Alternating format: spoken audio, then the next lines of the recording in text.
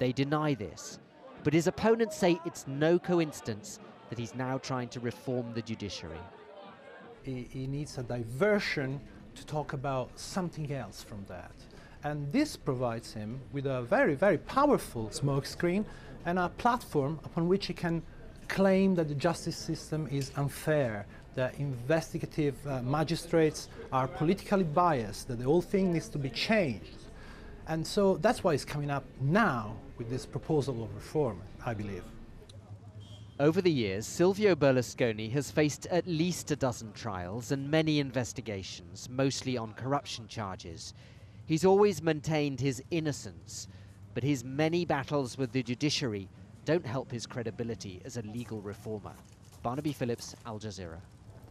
A memorial service has been held for one of the two US servicemen killed by an alleged Islamic extremist at Frankfurt Airport last week. It's thought 21-year-old Zachary Cuddleback was shot by a Kosovo Albanian angry at operations in Afghanistan. Senior airman Nick Alden was also shot dead. The alleged gunman is in prison awaiting further investigations. In the US, a hearing has opened at the House of Representatives into the radicalization of young Muslims. It's led to accusations of witch hunts and Islamophobia against America's Muslim population. But the chair of the House's Homeland Security Committee has defended the process. There is nothing radical or un-American in holding these hearings. Indeed, congressional investigation of Muslim American radicalization is the logical response to the repeated and urgent warnings which the Obama administration has been making in recent months. But Muslims across America are already complaining of religious discrimination because of attempts to restrict the practice of Sharia or Islamic law. The courts temporarily blocked one such measure in Oklahoma, but an even more sweeping proposal is under consideration in the state of Tennessee, as Tom Ackerman reports. Republicans who control the Tennessee government have drafted legislation that could make the practice of Islam there subject to 15 years in prison. Sharia law guides observant Muslims in such everyday matters as family issues, hygiene, prayer, charity, and finance. But the bill introduced here in the Tennessee legislature also has this definition. It declares that Sharia, quote, requires all its adherents to actively and passively support the replacement of America's constitutional republic with a political system based on Sharia. This is a total misconception. Dr. Abul Qasim Fakhruddin has lived in Tennessee for 40 years, always, he says, enjoying good relations with his Christian neighbors. You know, according to Sharia, whatever, you have to follow the rule of the country. You have to obey the law, as long as you are. But you conduct your life in a way that brings peace in your life and your collective life. From all religions, American people. And this is, we are part of this, and we are insisting to be part of the American society, and we are loyal residents and citizens of this country. The bill's sponsors say it would only prosecute violent practitioners of Islam, but they were asked why the legislation singled out Muslim extremists. I'm not aware of any other extremists in any other religion other than the Islam at this point. None has bubbled to the top to the point of what we have seen with Islam.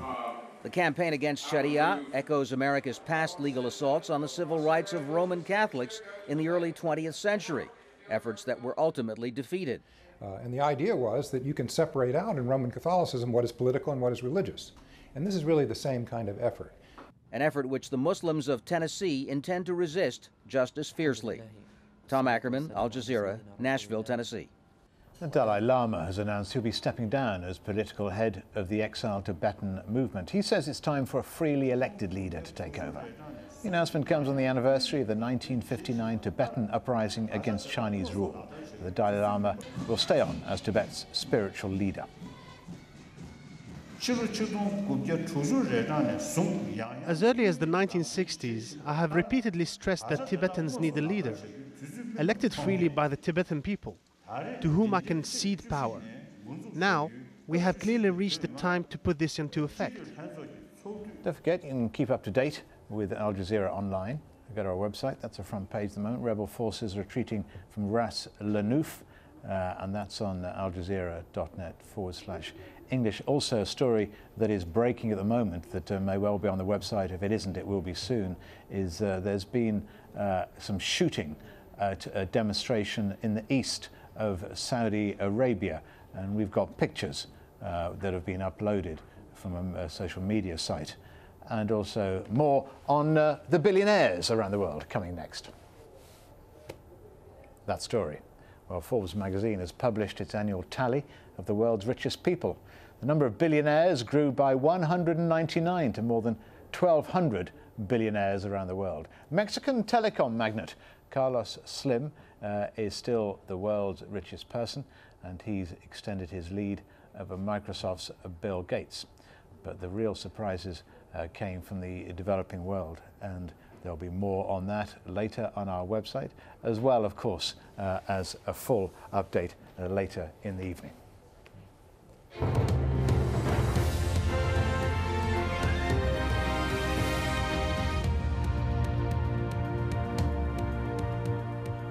I'm Stephen Cole, and these are the headlines from London on Al Jazeera.